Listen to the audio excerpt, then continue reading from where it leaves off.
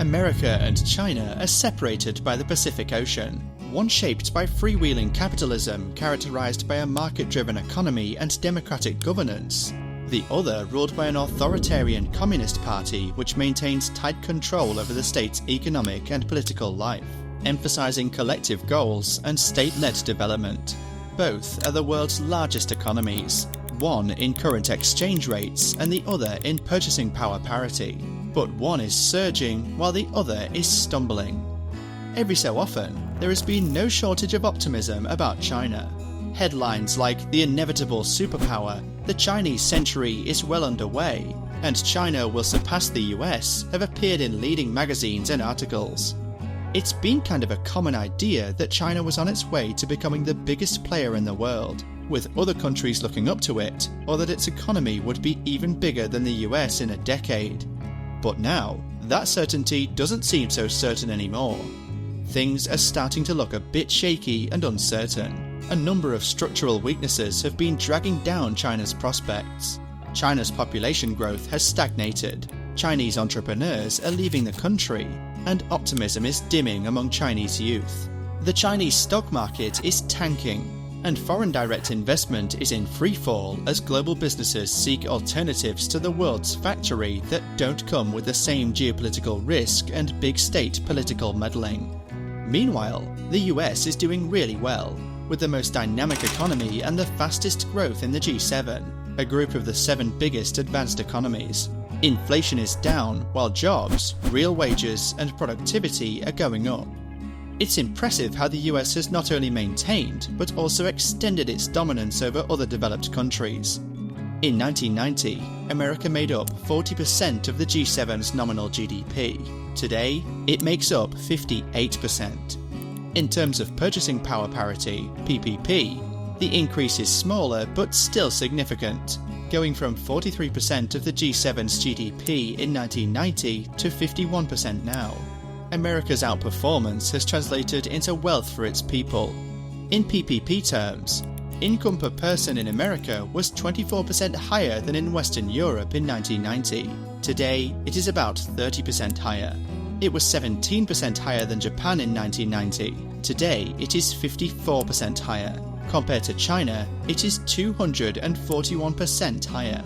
Since the end of 2019, a period that includes the COVID-19 pandemic and its aftermath, America's economy has grown by about 8% in real terms. During that same time, the euro area has expanded by only 3%, Japan by a piddling 1%, and Britain not at all. America is the only large economy that is back to its pre-pandemic growth trend. Much of the improvement in the United States' performance during the pandemic is the result of domestic renewal and successful coalition building. The US economy is the only major global economy now predicted to be larger in 2030 than was forecast prior to the pandemic. The faster than expected US economic recovery has coincided with growing headwinds in China. China's economic growth is slowing, from 8% annually a decade ago to a new normal of just over 4% annually, predicted by the end of this decade.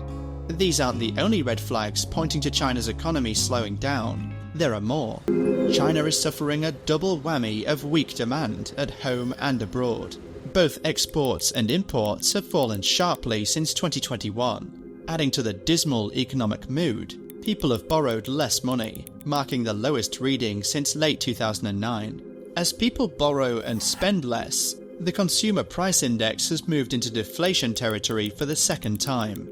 While the headline unemployment rate remains steady at 5.3%, the urban youth unemployment rate increased to 21.3%, but the highest ever recorded in the country.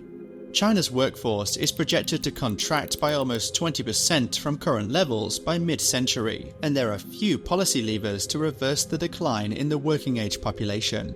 Its big factories will miss hard-working labourers, and even immigration may not solve the problem as Chinese citizens might not warmly welcome immigrants. Productivity growth is slowing, and China's investment-heavy approach to driving the economy will produce diminishing returns over time. China is starting to hit the limits of a state-directed economy and society, where political decisions override open market economic interests. It's hard to keep growing the economy with state-controlled enterprises and subsidized sectors like infrastructure, electric vehicles, and real estate, especially while increasing political control over the population and top entrepreneurs. The genius of China's former leader Deng Xiaoping was to move the country, starting almost 50 years ago, from a state-directed economy towards global capitalism. This economic opening allowed China to unleash the talents of hundreds of millions of entrepreneurial people. The results have been staggering. In just a handful of decades, China has transformed from a relatively poor, rural society to the home of the world's largest middle class. Unfortunately, China's current leader Xi Jinping, heady with the geopolitical influence that economic strength brings, is too focused on concentrating his power. Economic dynamism flourishes with freedom, the freedom to think, create, speak, travel, and do business with whomever you want, all bound by the rule of law that ensures a fair and open business playing field. It's no accident that most major technological breakthroughs, from the silicon chip, computers, and smartphones to the internet and AI, come from the US and its democratic allies. The more educated and free a society is to express itself, the more likely it is to be a source of technologies and ideas that transform economies and cultures. Such a society is also more likely to keep attracting the best and brightest from around the world to join the innovation party. There are two things that matter to an economy in the long term: the size of its workforce and its productivity. A higher fertility rate and a more open immigration system have long given America a demographic advantage over most other wealthy countries, and that advantage continues. America's working-age population, those between 25 and 64, rose from 127 million in 1990 to 175 million in 2022, an increase of 38%. If we compare the share of the working-age population in the total population of the US, China, and Europe, we see a sharp decline in China's working-age population. Between 1990 and 2022, American labor productivity, what workers produce in an hour, increased by 67%, compared with 55% in Europe and 51% in Japan. Additionally, Americans work a lot. An American worker puts in, on average, 1,800 hours per year, a 36-hour work week with 4 weeks of holiday, roughly 200 hours more than in Europe. Although Americans work 500 hours less than workers in China, they produce less in dollar terms while working more hours. That's not to say the US doesn't have its challenges. Despite its incredible wealth, it struggles in other areas. After taxes and transfers, it has the most unequal income distribution in the G7.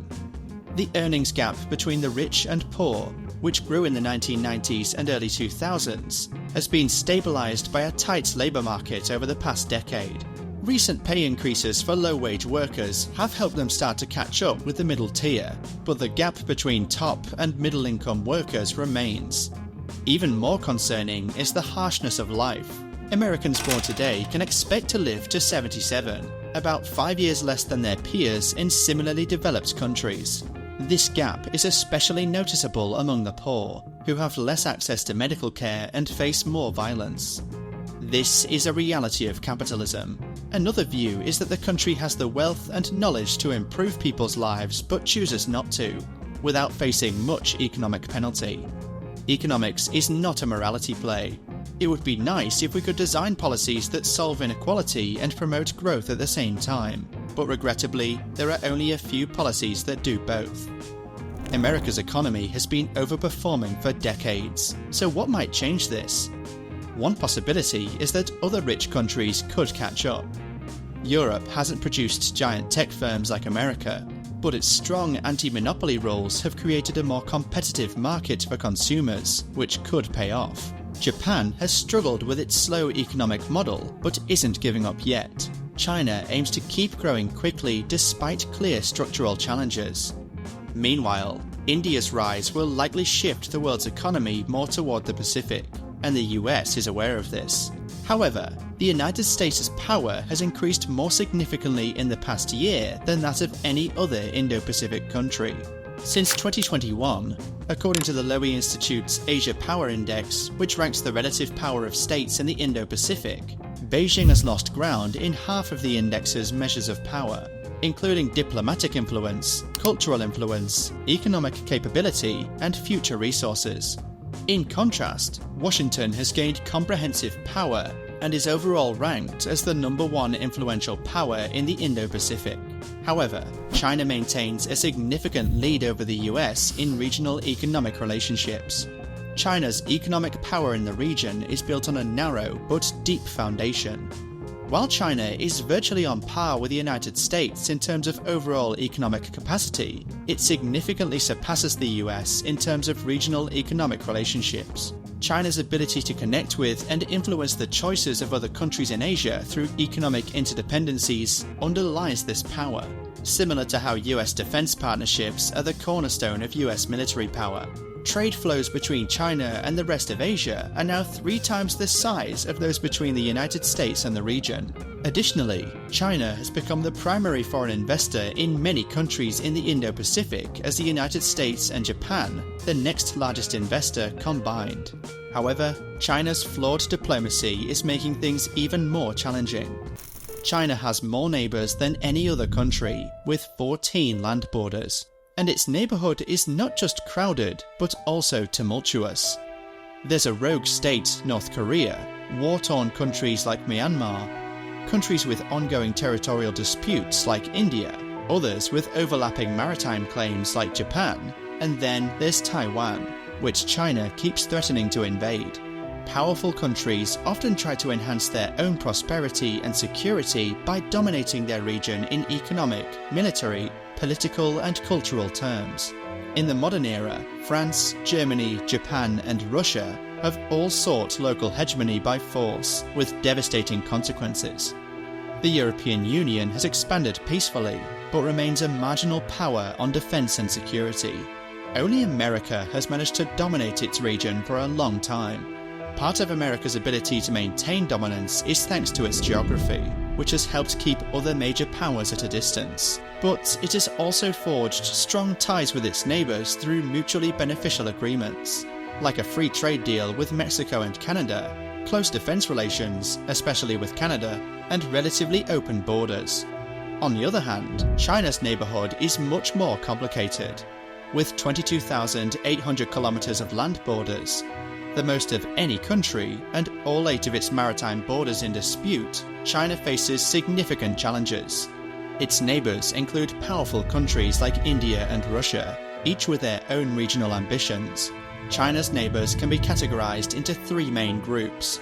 First, there are fragile or failing states like Afghanistan, Laos, Myanmar, Nepal, North Korea and Pakistan. Then there are frenemies, countries with close ties to China but also fear its dominance, such as Mongolia, Russia and the Central Asian states. Lastly, there are countries with defence treaties with America or military ties to it, like India, Japan, the Philippines, South Korea, Taiwan and Vietnam. The economic situation is a bit more complicated. China is a crucial partner for all its neighbours, even those with territorial disputes. Bilateral trade in goods with its 20 land and sea neighbours reached over $2 trillion in 2022, a 74% increase over the past decade.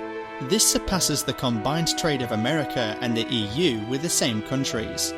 China is also a significant source of investment in poorer countries.